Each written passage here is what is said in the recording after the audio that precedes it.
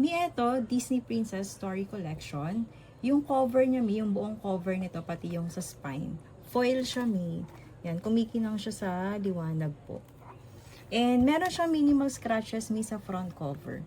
And ganito yung isang edge niya, Mi, ganito yung itsura niya. So, may paganyan. And ito po yung loob. May pasulat lang, Mi, ha, dito.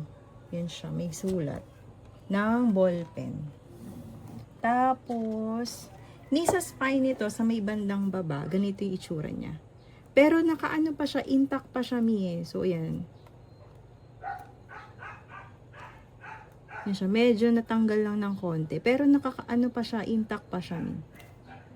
Nakakabit pa dun sa thread niya. And ganito po yung loob. Glossy, Mi, yung paper po na ginamit. Tapos ito yung kanyang content. Yan, The Little Mermaid, Snow White and the Seven Dwarfs, Beauty and the Beast, Cinderella, Mulan, Aladdin, Sleeping Beauty, Pocahontas, Snow White and the Seven Dwarfs ulit. Pero magkaiba to ng title, yung si Snow White. Yan siya. Complete pages to, Mi, wala pong sulat yung mga pages po. Ayan.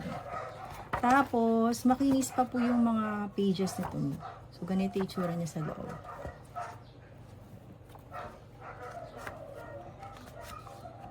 Complete pages po.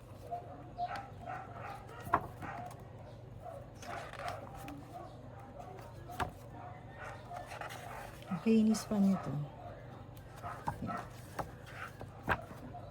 Si Pocahontas. Tapos mix sa back cover niya, ito. Merong sticker, tapos napunit tong part na to. And ito, meron siyang page transfer dito, Mi. Pati dito sa kabila. Yan. And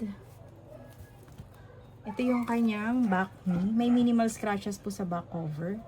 Tapos sa spine, ayan po. And ito yung kanyang corner. Yan. Meron lang crease dito, Mi, ha.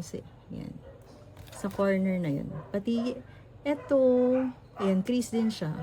Pero mukha siyang silver. So, ayan, ito crease din. Minimal crease. So, ito po si Story Collection ng Disney Princess.